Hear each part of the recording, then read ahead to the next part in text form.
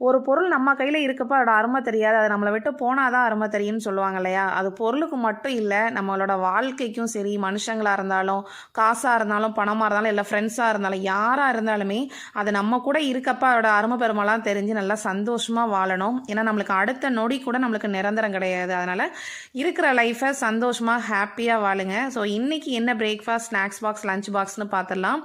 பிரேக்ஃபாஸ்ட்டுக்காக நேற்று நைட்டு 9:30க்கு மாவு வந்து அரைச்சி வச்சிங்க. கொஞ்சம் கூட பொங்கவே இல்லை, லைட்டாக தான் அது இருந்துச்சு.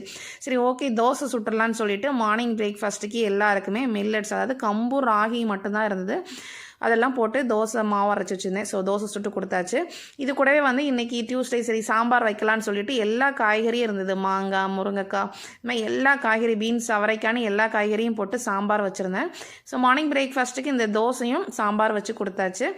பசங்களோட ஸ்நாக்ஸ் பாக்ஸ்க்கு கொஞ்சம் கேரட், அதுக்கப்புறம் டேட்ஸு, அப்புறம் இந்த க்ரோசனட் சாக்லேட் ஸ்டஃப்டு அந்த க்ரோசனட் இருந்துச்சு, அதை வச்சு பசங்களோட ஸ்நாக்ஸ் பாக்ஸுமே க்ளோஸ் பண்ணியாச்சு. எனக்கு வந்து இந்த கத்திரிக்காய் பொரியல் வந்து ரொம்ப ரொம்ப பிடிக்கும். ஸோ இன்றைக்கி வந்து கத்திரிக்காயும் அதிகமாக இருந்துச்சு, குடமிளகாவும் அதிகமாக இருந்தது. அதனால் ஒயிட் ரைஸ் வச்சுட்டு அந்த குடமிளகா கத்திரிக்காய் வச்சு பொரியல் வச்சு சாம்பார் வச்சு இன்றைக்கி லஞ்ச் பாக்ஸை க்ளோஸ் பண்ணியாச்சு. பாய்.